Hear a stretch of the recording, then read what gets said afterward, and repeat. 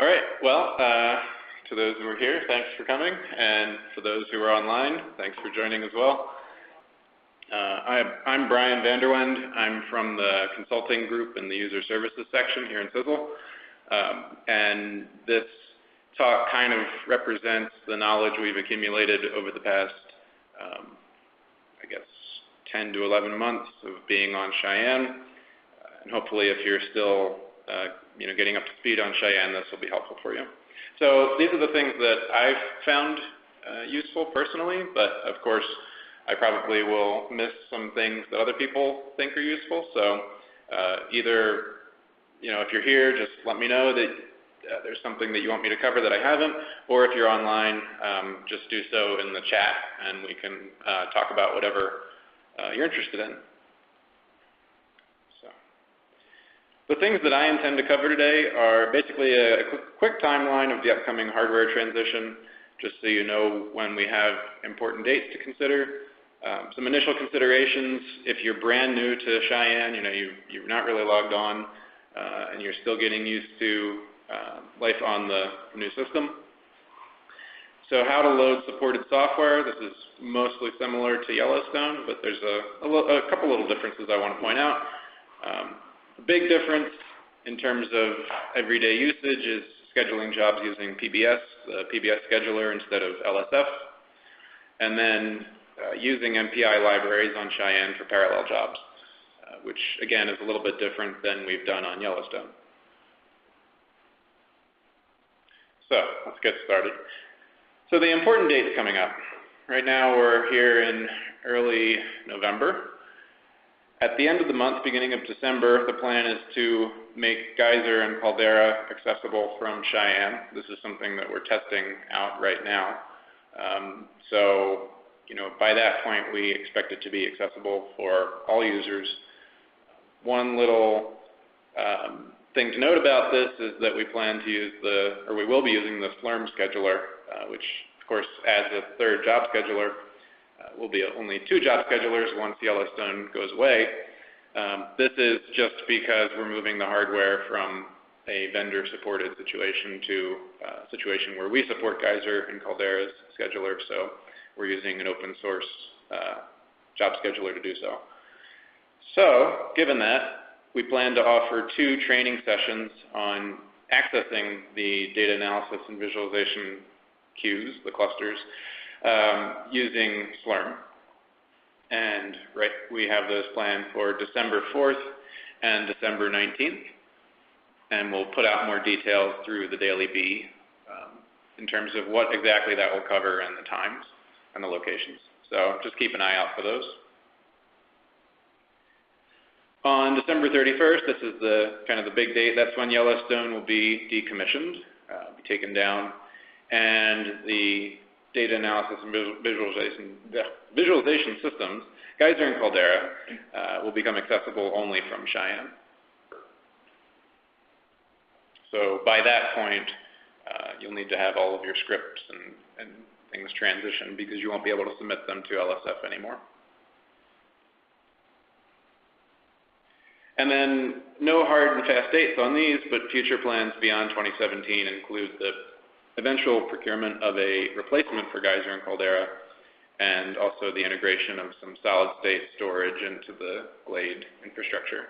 And exactly how those 2 things will work is still being determined, but those are things to think about as we go forward. So is that going to be in 2018 when they get replaced, or is the schedule not defined yet? I can't speak to the exact timing. I mean, the SSDs, yeah, that's probably near future. The DAV replacements, I think that's the plan, but I don't know if until something has been chosen, I don't think that there's a specific time frame on that. Okay. A good place to keep an eye out for those types of things is if you get the CISL bulletin from Anka, the updates. But we'll also certainly announce that in the Daily Bee when these things are known for sure. Okay, so moving back into the present. So when you log on to Cheyenne for the first time, if you haven't done so yet, or if you're still, in your initial few times and you haven't configured things, here are some things that I think that you should know and you should be aware of. So in terms of batch nodes, while the Cheyenne batch nodes have more memory than those on Yellowstone, they have less memory per core or per MPI task. This is obviously something that is important to think about when you're running parallel jobs on exclusive nodes. And to give you numbers on that, so Yellowstone batch nodes have 16 cores, and they have 25 gigabytes of usable memory. So that ends up being about 1.56 gigabytes per core if you do the math. Now, if you were to use an entire Cheyenne batch node, you would have 36 cores and 45 gigabytes of usable memory. So that ends up being about 1.25 gigabytes per core. And this has tripped some folks up because they want to be efficient. They want to use the entire node and have 36 cores. But if you're near your memory limit on a Yellowstone job and you just move that over onto Cheyenne nodes, you may actually end up running out of memory. And I'll give you a little later on some strategies for handling if you run into a situation where you're running out of memory, but that's something to keep in mind when you're moving your job scripts over. Also, Cheyenne batch nodes have limited space for temp usage if your application needs to write to temp, and many of them do, as they do I/O operations and things like that. So this is something we advocated for on Yellowstone as well, but it's something that's more important, I would say, on Cheyenne. So it's a good practice to set the tempter environment variable in your Scratch space, somewhere on your Scratch space in all of your batch scripts. And the reason it's important to do in your batch scripts is because PBS, the job scheduler, resets this variable when you submit a job. So even if you have it set in your login environment, it will set it somewhere else. So it's a good idea to explicitly set it somewhere in your job script. And I'll show that in some of the examples that come up later. If you don't set that, then it's possible that you can run out of temp space and then your job will crash. And also, if you run cron jobs using cron tab to schedule repeated tasks, on Cheyenne, we've set it up that cron jobs are unified across the login nodes. So on Yellowstone, if you set up a cron job to run nightly at midnight on the first login node, for example, that cron job wouldn't live on the other 6 login nodes. So if that first login node was down for some reason, then the cron job wouldn't run. But on Cheyenne, it's set up to be accessed from all of the login nodes. So you can see them anywhere. You don't have to be on the specific login node to see your scheduled tasks.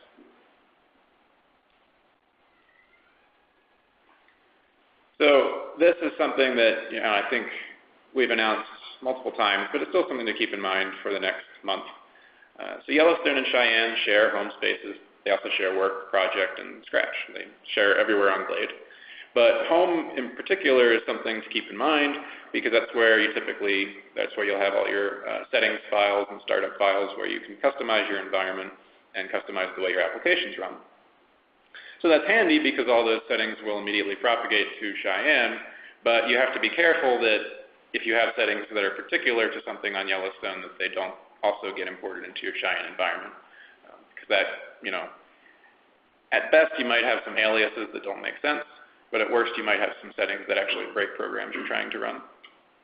So this example, here's a startup file in C# for a C# user. This obviously isn't everything that you would have, but here's some things that you can think about. So setting tempter is a good idea regardless of what system you're on. So I have that right up here, and personally I'm setting it to Glade Scratch, me, and then a subdirectory called temp.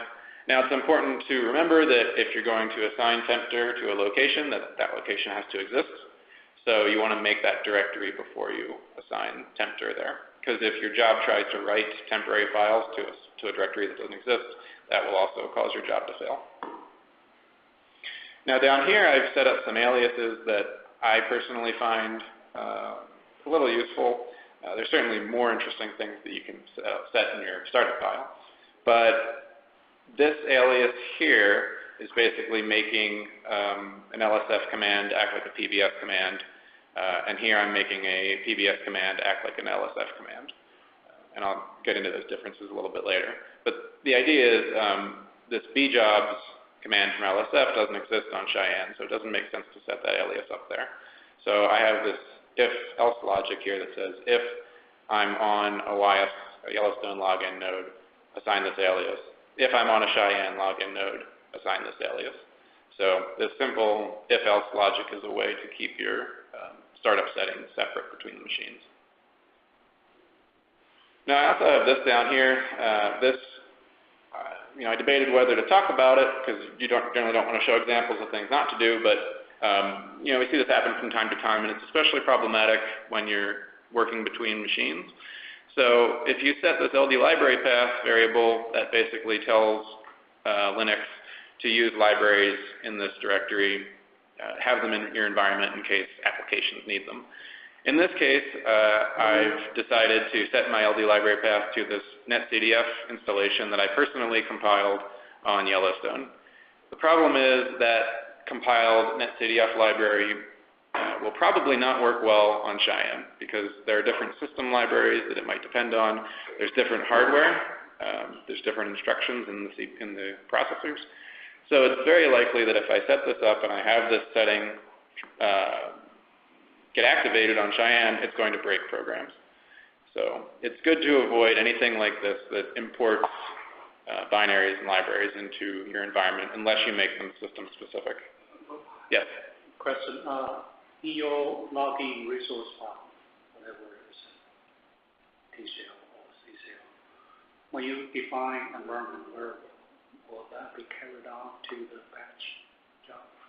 Yeah, so the question, I don't know if it came through well for the web, but the question is if you define environment variables in your startup files or if you define them on the command line, will they propagate into a batch job? And yes, they will. The main exception is that tempter variable, just because it gets reset by PBS.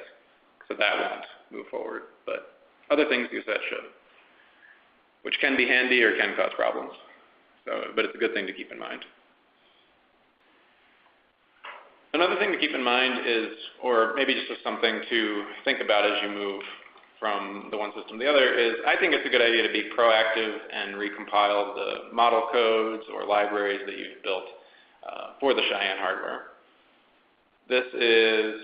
It's generally a good idea for you for performance reasons, but it can also prevent problems. So the newer CPU architecture, it's newer Intel processors on Cheyenne. They have different instruction sets, which means that they compile differently when the compiler interacts with those instruction sets, unless you explicitly tell it not to. And there's also a different operating system. It's very similar, but on Yellowstone we're running Red Hat 6, and on Cheyenne we're running SUSE Enterprise Linux. So there's slightly different things with library versions. So that means that a lot of compiled software that was built on Yellowstone will not work well, or it will not work at all on Cheyenne. If you try to run it, you might run into unexplained errors.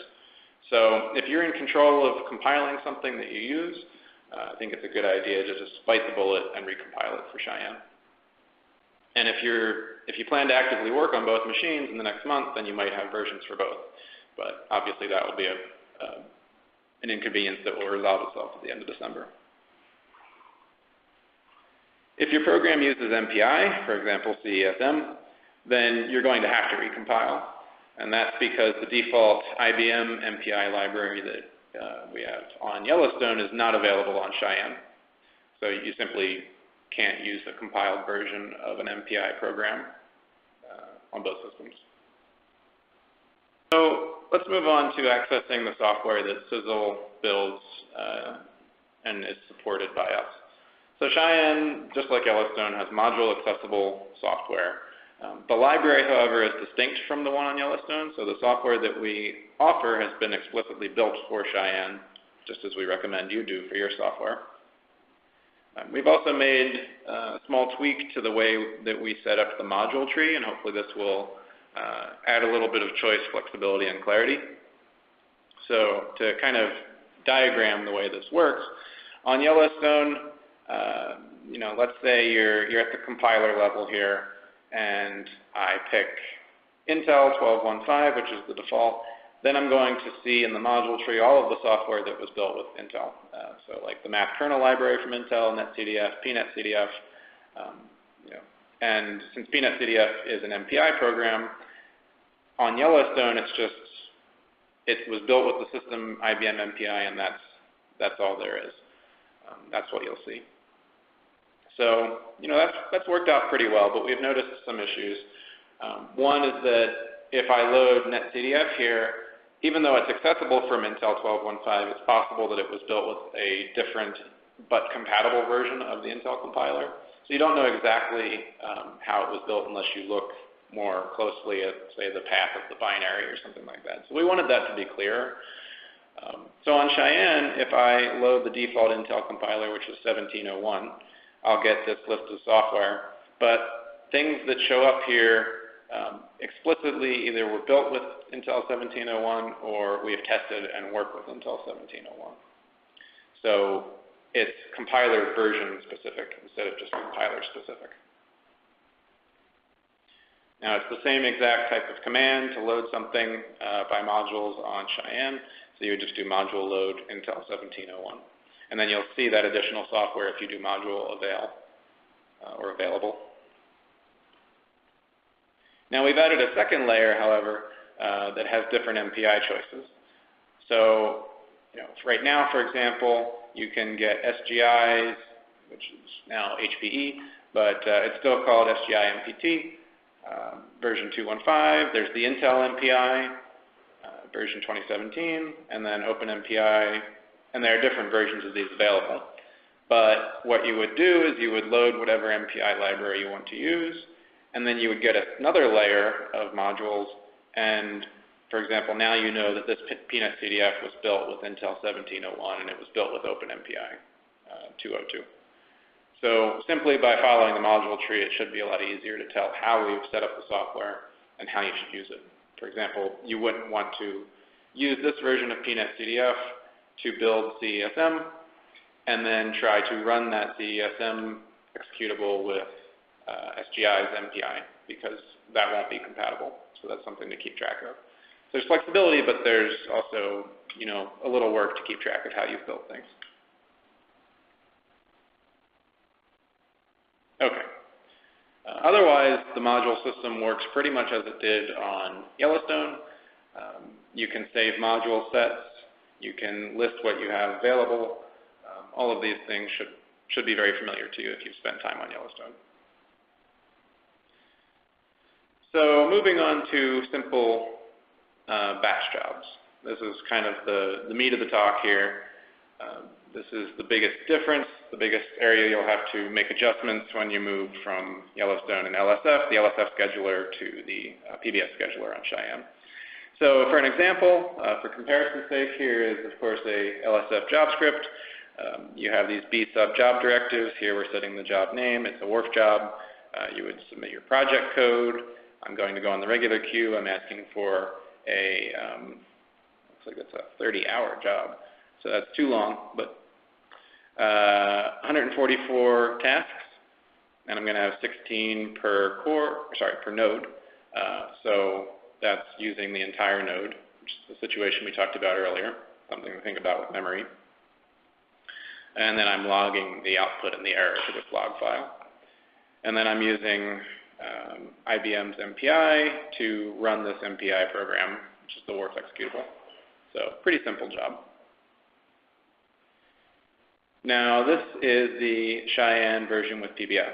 So it's, follows a similar format, but there are some things to note.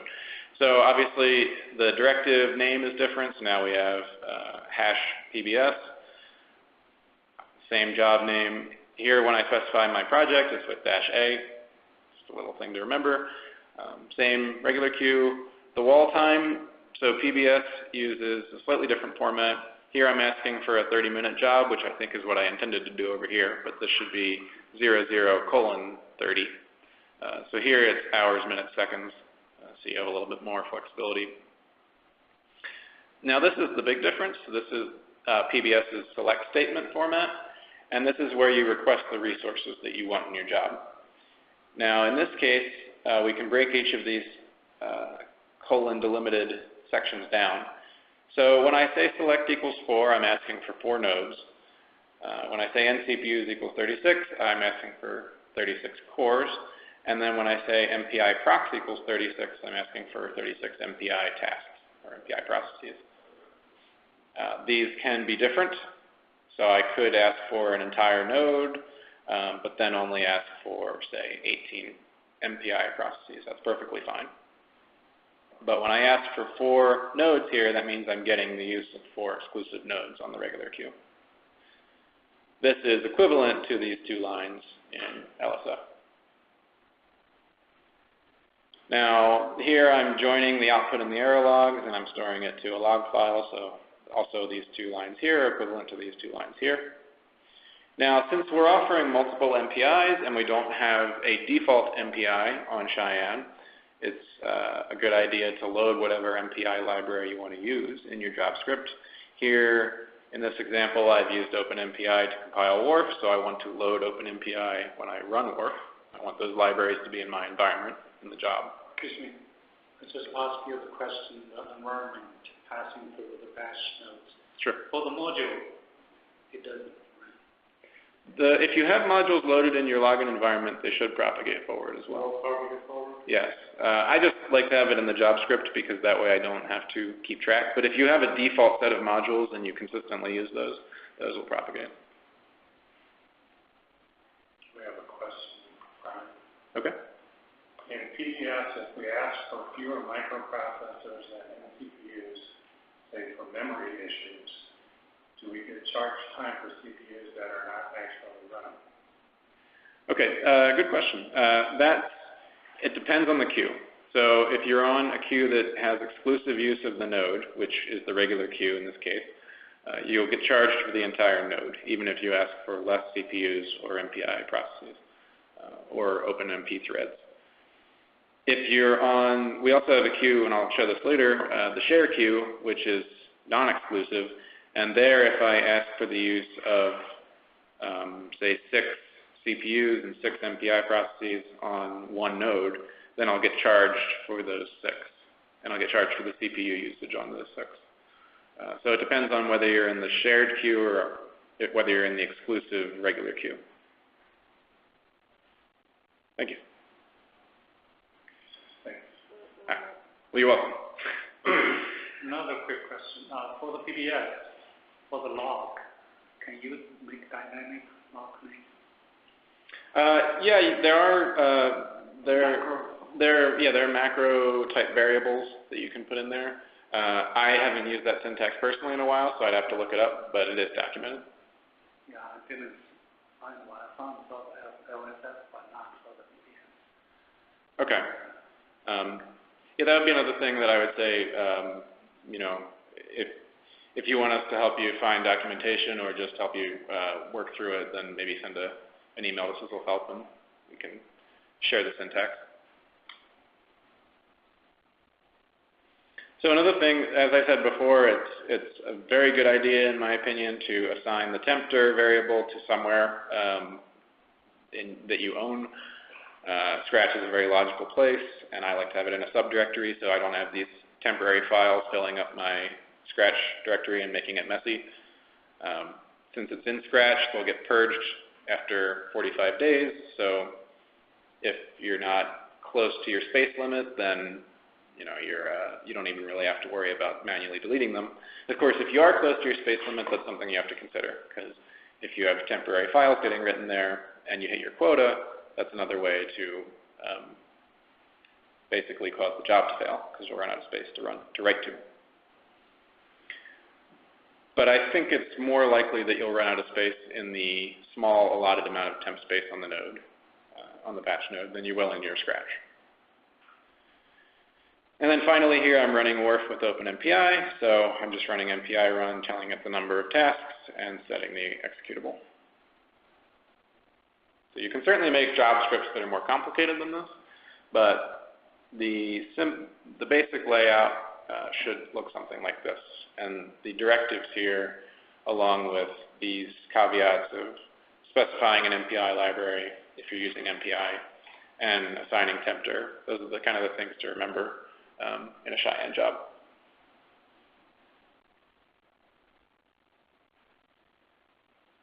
Just to also cover shared memory parallelism quickly. If you want to use OpenMP to use threads, that's certainly just as possible on Cheyenne as it is on Yellowstone. The syntax here, I've basically cut out the PBS select statement.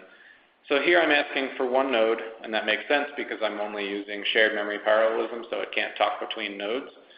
I'm asking for 10 CPUs, and I'm asking for 10 OMP threads.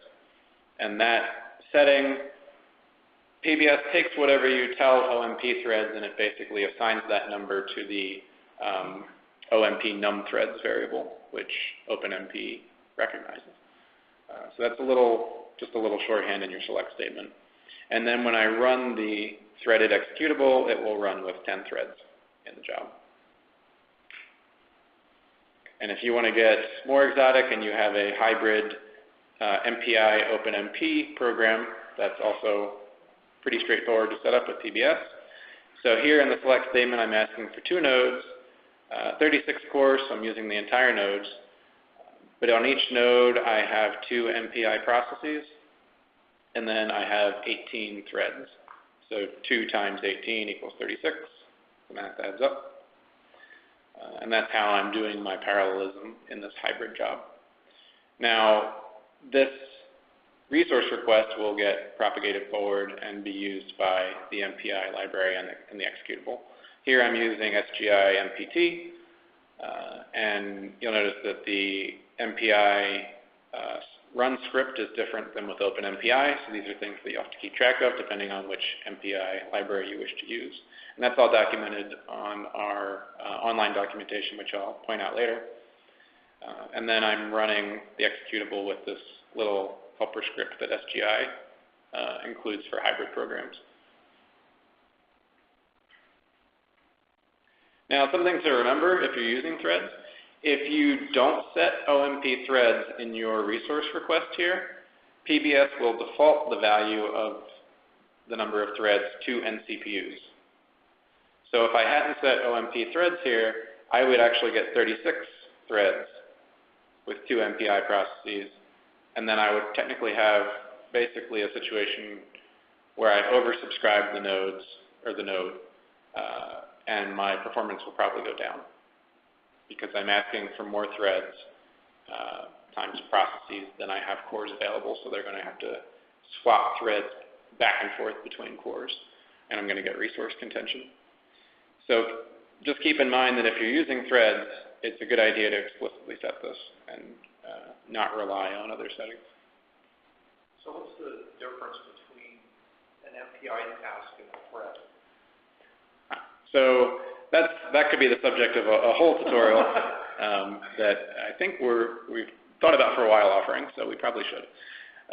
But basically, an MPI task is distributed memory. So an MPI task can send a message to from one node to another and exchange data. Basically, I can get something from the other node's memory and retrieve it back. A thread can only use the memory that is available in the node, in the node that the thread lives in. So a thread can't talk to another node unless you do something exotic.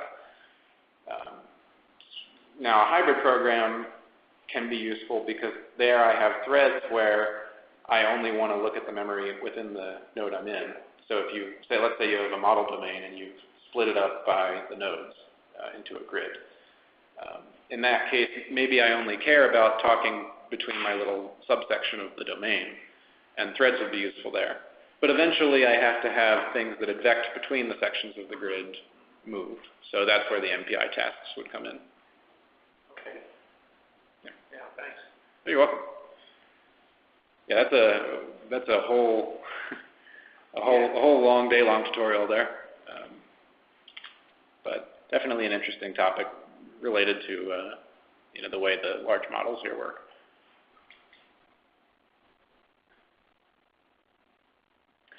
So you can also run serial code on multiple data files, or you can run multiple serial codes on a single data file. using what are called command file jobs, and these exist on Yellowstone and they also exist on Cheyenne. These are useful to do what's called embarrassingly parallel jobs. And the idea basically there is that you're not doing the extra work of implementing threading or implementing MPI. You just have some serial script that you want to run on different data sets. And using a command file, you can do that in a semi-parallel way on a batch node. So what you would first do is you would create a command file. And in this example, I have 4 different binary executables here. I'm sending them 4 different inputs, and I'm expecting 4 different outputs. So this is input redirection and output redirection if you don't use those too often. This is the most kind of varied example, but it could all be the same script running on different inputs and different outputs. Or it could be command 1, command 2, command 3, command 4 running on the same input but doing different things to that input. So there's a lot of different varieties of ways that you can set that up. But ultimately, you need to set up your list of the commands that you want to run on the data that you want to run. Then what I would do is I would send that command file to it's not an MPI job, but the MPI library knows how to assign these different serial jobs to the different cores. And we can do this with the MPI library, so I'm loading that here in my job script. I have 4 different commands that I want to run, so I'm going to ask for 4 NCPUs and 4 MPI procs. And then this is kind of the difference here in a command file batch script is that when I'm using MPT, I need to set this environment variable MPI shepherd to true. And then I will use the MPI launcher. I'll use this little helper script called launch_cf for command file.sh. And then I'll give it the name of the command file. And this could be an absolute path, or here I'm using a relative path. And what this will do is this will basically farm out each of these commands to individual CPUs, and they'll all run in parallel on the batch node. So if you have data analysis scripts, this can be really useful and a really easy way to get those all running at the same time. Question on Scratch. Okay. This individual has hand raised for a while before it starts. How long can we store our data in Scratch? Okay. So yeah, the Scratch purge limit is the same as it was on Yellowstone. It's 45 days. So whenever you write a file onto Scratch, 45 days from there, assuming that you don't modify it, it will get purged. So that's how long they can live, and that's the same on both systems. That's a Glade setting, not something particular to Cheyenne, but good question. Anything else? Or okay. So in this example that you're giving here, does that launch CF.sh, does that take each of those commands and then fire them off at the same time so they all run in parallel? Is that the idea? Yes. Behind this? Exactly. So it's smart enough to look in your command file and just see that each line is a separate thing, I guess, so they can fire off in parallel. Yeah, so that script, it's basically taking each of these commands, firing it off to the MPI launcher, even though it doesn't use the MPI library, and then that gets assigned to a core, and they all run basically at the same time. Yeah. So, one thing to keep in mind, and I don't know if I have this, it's optimal to do this if each command has a similar runtime. Because if, let's say I have command 1, 2, and 3 take 10 minutes, command 4 takes 3 hours, then I'm going to have 3 cores that are sitting idle. So you want to try to do that load balancing a little bit. But yeah, they all should run in parallel. So this is, you gave the command specifically. How about system call? When you start process, you have system call that was shooting on different CPU. Or you have to pre-request to CPU to do that. You would, so you should still pre-request the CPUs. Yeah. I don't know if I'm understanding exactly what you're trying to do. No, when you run the program, if you have system call, it's just start another program. Oh, okay, gotcha. So you said, so you have a process that was spawned by the original program. Yeah, that's going to be handled by the operating system, and in that case, it's probably going to go to a different core. So if you're on an exclusive batch node, then you can keep track of exactly, you have 36 available. So if I have 18 programs here and they each spawn an extra process, that's fine. If I'm spawning a lot of them, if I have 18 programs and they each spawn 6 different tasks, I'm going to get some resource contention there and probably slow down. So that's my question. You have to pre-select a number of CPU before you do the system call. Well, you need to set this to match what's in the command file, not what gets spawned later. Okay. So if let's say I have these 4 commands here, but they each spawn 2 processes, so I have 12 at the end. I'm still going to ask for 4 NCPUs and 4 MPI procs, because that's how the MPI library knows what to look for in the command file. If I asked for 12 here, it wouldn't work, because it would see that there's not enough in the command file. But you do need to keep in mind that you're going to be using extra resources, so it's not something that explicitly shows up in the job script, but it's something to... So that's operating system working with that. Exactly, yeah. Okay, so another little by comparison here. That's the job script, but then interacting with the scheduler. And there's a number of commands to keep in mind that are useful. And there's more than these, but just to review with LSF, you would use, this is on Yellowstone, you would use bsub and redirect a job script as input to bsub to submit the job. If I wanted to get an interactive job, this is how I would do so. There's the bjobs command, and you can give it a job ID, which will give you information about the job. If you don't give it a job ID, it will give you a summary of your active jobs. The bqueues command, we find that useful. It shows the status of a specified or of all queues, so the number of jobs that are running on it, the number of jobs that are waiting. And then bkill with the job ID can be used to delete or kill a specified job. So this should all be familiar if you've used Yellowstone extensively. The PBS equivalent for each of these commands is shown here. So to submit a job to PBS, you use qsub, and then you give it the job script.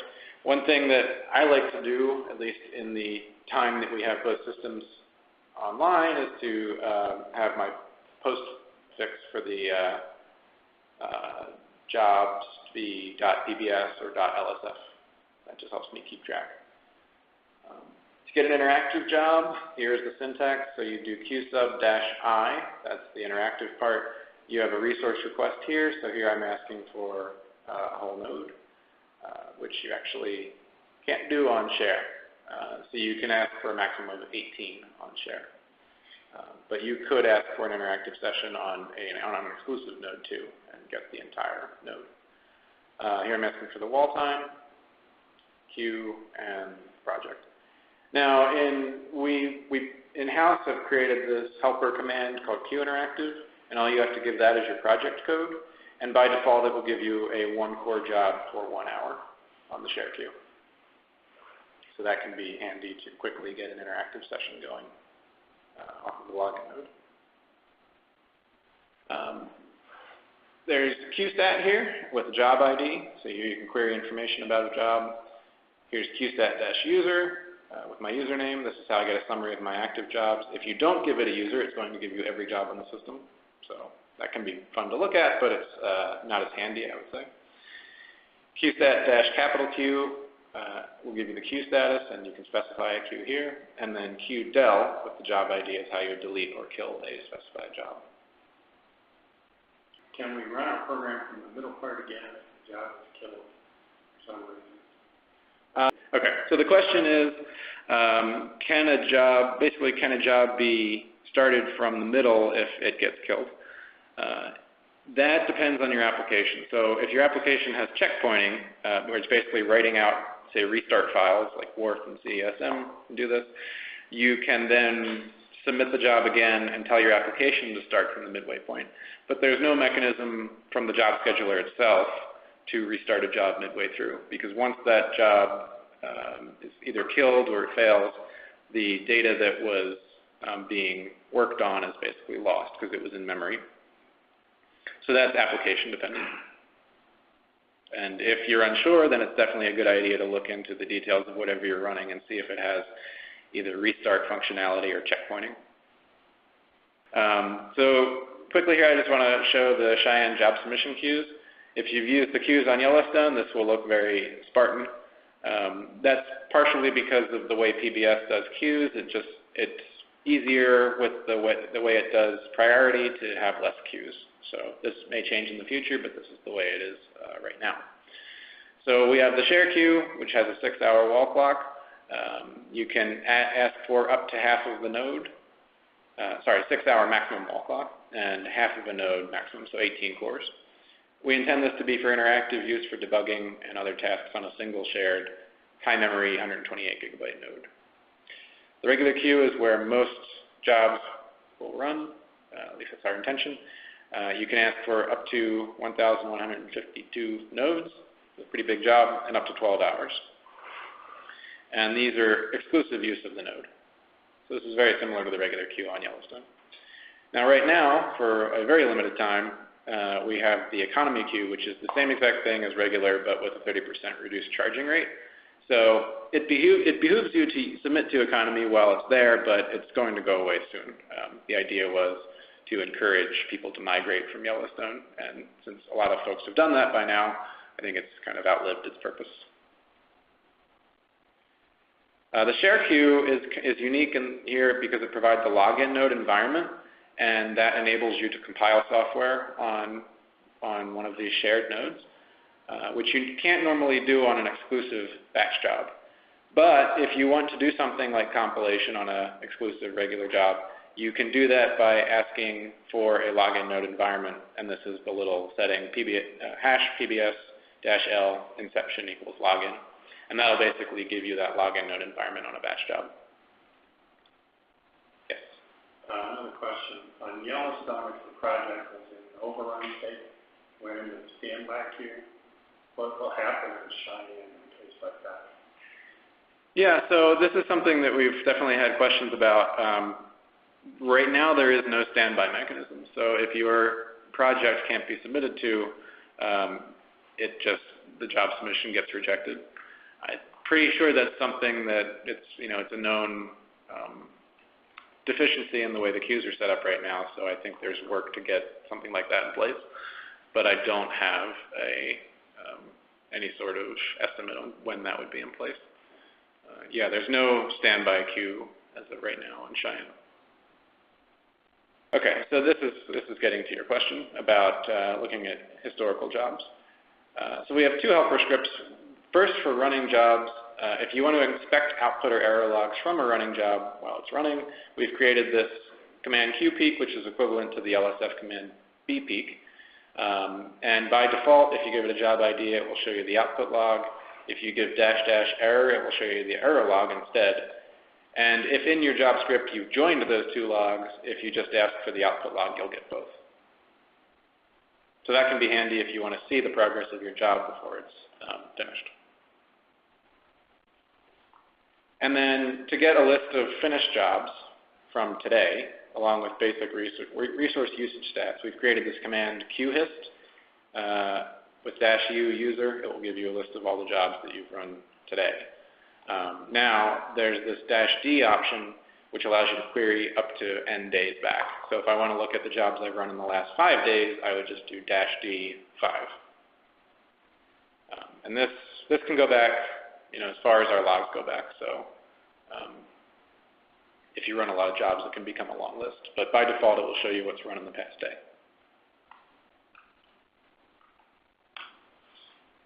So here's some sample output from qhist. Here I'm asking for the last 5 days.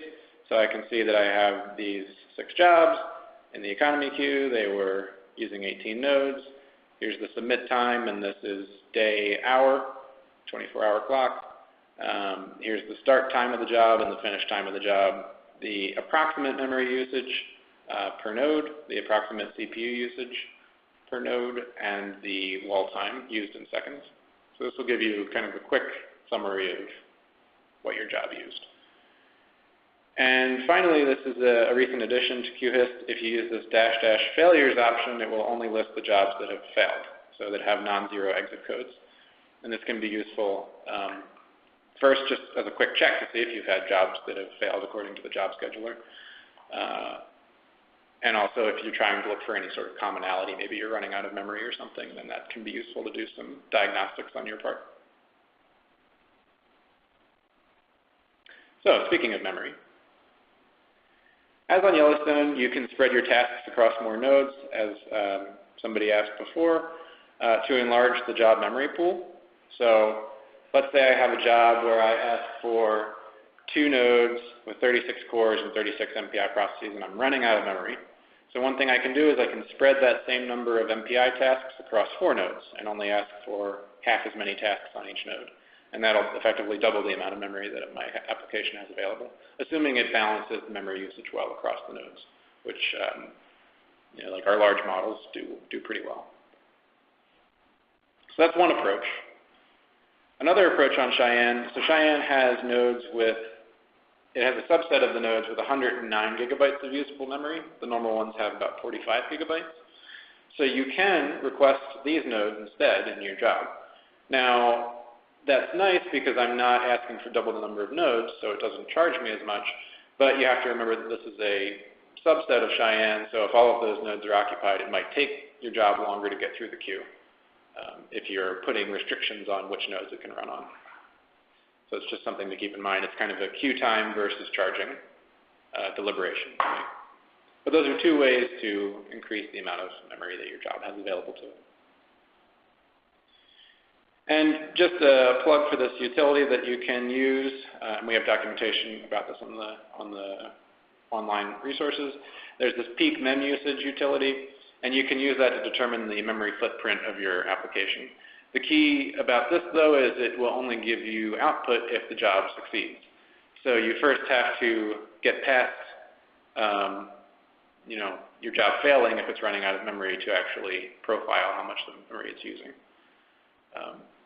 So what I could do in theory is I could double the number of nodes here, then I could run it with peak mem usage, see that, oh, maybe I only need to split it across 3 nodes and then subsequently reduce. Now, that can be a way to make sure you're not spending more of your allocation than you need to. The mem, is any number larger than 45 going to put you on the large nodes, or does it have to be exactly 109 to get the large node? It's actually a label, so yeah, you want to put exactly 109 GB. Okay, and then finally, just a bit about using MPI libraries on Cheyenne. We've kind of hinted at this all throughout. On Cheyenne, we support multiple MPI libraries. Unlike Yellowstone, there is no default. So on Yellowstone, I don't have to load a module to get an MPI library. I have the MPI from IBM by default in my environment. On Cheyenne, if you don't load one, you don't have one. So you need to load a library using the module system. Important to remember, the same MPI library should and must be used for compiling as well as running your program. If you try to compile with one and then run with a different one, it's going to crash. Now, I would say personally that each library has advantages in situations where they may be the most performant. So, if you're very performance-oriented and you really strongly care about that, then it might be worth testing with the different libraries that we have available to see where your application performs best. Right now, SGI MPT, OpenMP are available for all the compilers, so Intel, GNU, and PGI.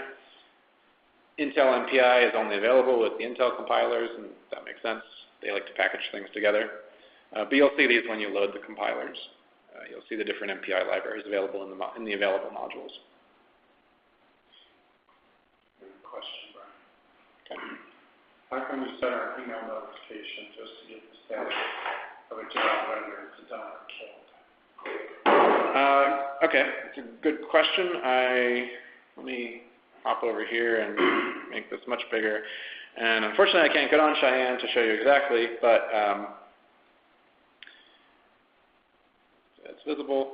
It would basically be #PBS-M, and then what statuses do they want? if it's Only when it's done or killed. okay, so there are three mail settings. There's A, B, and E. So A is abort, B is begin, and E is exit successfully. So if you want to see when the job fails or exits successfully, then you would do PBS-MAE. And that should give you mailers for those two conditions. Pretty sure that's documented. Yeah. Sample scripts. Yeah, if you go onto our web documentation, that'll be there. You mean the man page, Or the man page, yep. the QSL man page. Yep. Okay, so finally, this is a bit higher level of a topic, but one thing that you can do with MPI libraries is to pin tasks to CPUs. And the idea is that by default, your MPI tasks can migrate across the available CPUs throughout the program's execution. This is by design. It's an operating system function to help balance load. But sometimes it's advantageous to actually pin or bind tasks to a particular CPU. Let's say you want to use OpenMP across a processor.